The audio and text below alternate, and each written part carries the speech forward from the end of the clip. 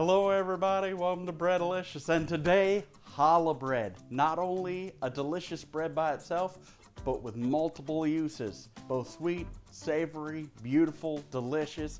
Let's get going.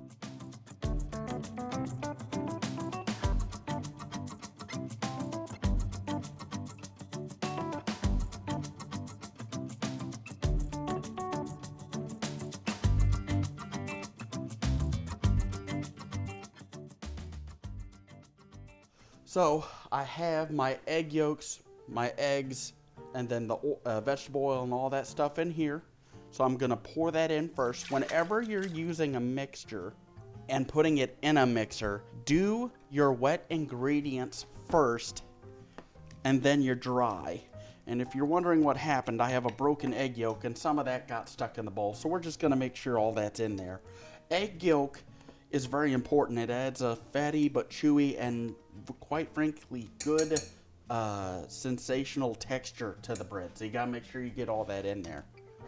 And then I'm gonna take our flour, instant yeast, and salt and sugar mixture, and I'm gonna put that in here.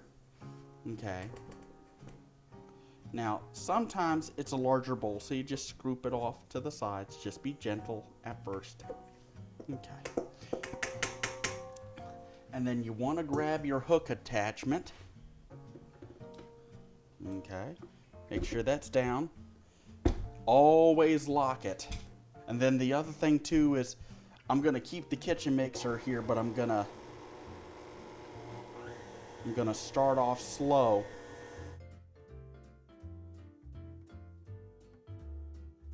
All right, so I turned it off so y'all could hear it. I'm going to turn this back on.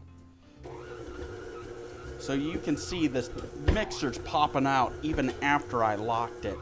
So you can use a mixer to get the dough together, but it's not designed for bread making per se in terms of the dense gluten development.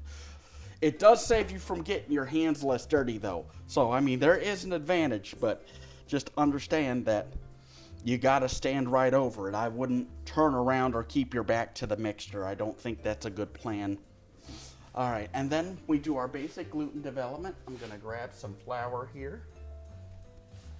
Okay, I'm gonna flour my hands. I'm just gonna do a little bit of kneading. And then what happens is we'll put this in our dough container, and then we'll continue for the bulk fermentation stage for 2 hours, folding it at the hour mark. All right, so let's talk about challah bread. It is a traditional Jewish bread from ancient Middle Eastern times. Challah originally just kind of meant burnt offering. The recipe we're using uses a lot of European, specifically German cultural additives. So this one has a little bit more egg yolk and eggs in it. That is part of the adjustment to modern times in European culture, mainly German, but other European elements came in as well. And this challah bread, even when you bake it, let's say you have challah bread that's 2 days old that you never finished, you can slice it and use it for French toast. It's very versatile, and it's just a wonderful traditional bread of Jewish culture, and it gives such richness that I'm excited to share it with you today. So let's check on our loaf.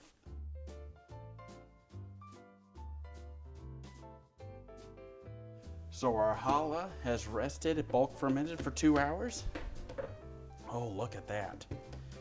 Yep, there it is, everybody. Excellent. So I have my slightly floured surface, just in case. Pull it out.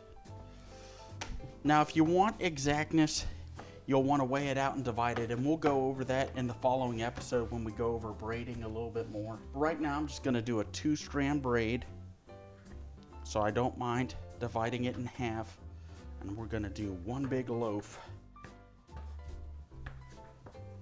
Put that off to the side. And then what I do is I do a nice little dusting. Okay. A little bit more. And then I'm going to make 2 ropes. You start from the middle and then press out. It's important that you press in the center And then just keep rolling out, adding a good amount of pressure. Ooh, yeah. And you'll get a few bubbles that pop. That's cool. That's perfectly fine. All right, I'm gonna lay this guy there. And then I'm gonna do the same with this guy. Start in the center, press, rub out. Part of the center, press, rub out. And it'll relax. Yep, I went a little long on this one, which is fine. I'm just double checking it. I can make this one a little bit longer. It ain't no big deal.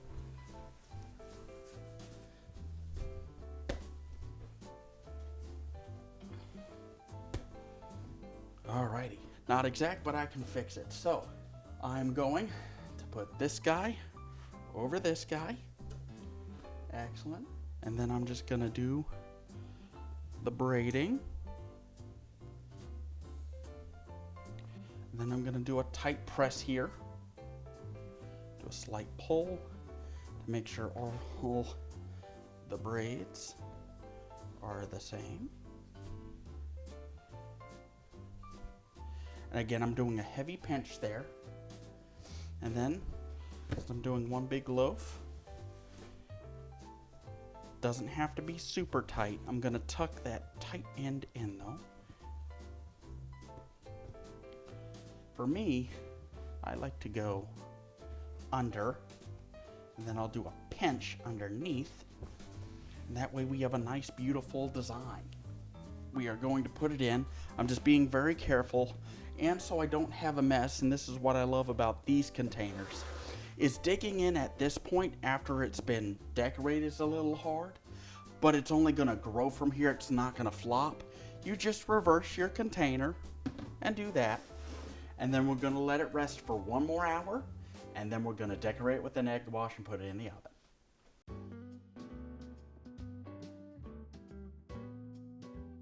Our oven has been preheating at 380 degrees. For this, you're welcome to use a sheet tray and then just put it on the baking stone. What is important is the egg wash. I have the 1-to-1 egg wash here of water and egg, and I'm gonna get that really good. So it's a little foamy, but if you look inside, you still see a few clear globs of that egg white. That's bad. You want all of that whisked up. You want the egg whites broken up completely, otherwise they form a gloppiness. The issue with the egg whites is that it shows up on your bread and causes kind of an uneven coloration. So, oh, look at that. I'm going to carefully lift it. And again, you're welcome to do this on the sheet tray and then cover it with cloth so you don't have to fight it. For me, I don't have that much of an issue, so that's good.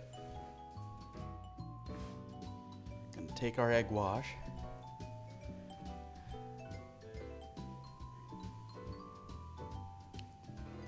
And I'm just doing a light brushing here.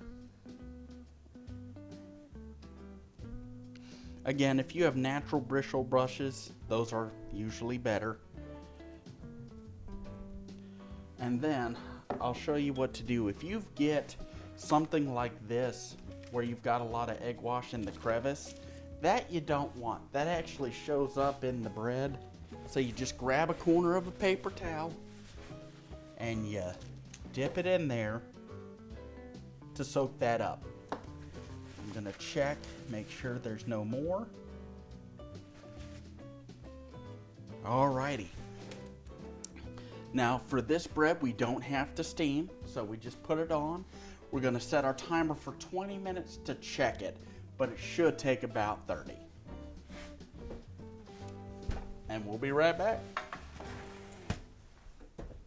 Alright, so our challah has been baking for about 28 minutes total. Let's see where we're at.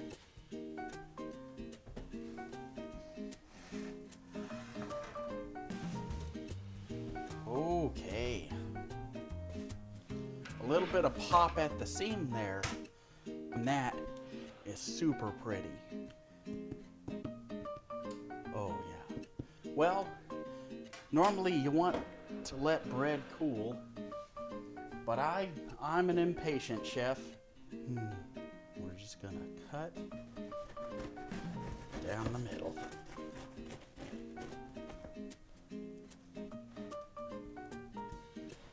Oh yeah, that is looking very good.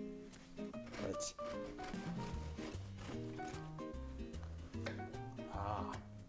and just look at that, everyone. Look at that. And that beautiful steam. Oh, that's delicious. And there we have it, y'all. Challah bread. And then let me check the other side. Oh yeah. And that's the other side. So I'm checking for holes and it seems to do pretty good. And there we have it. Challah bread. So until next time, where we practice our braiding, see you then.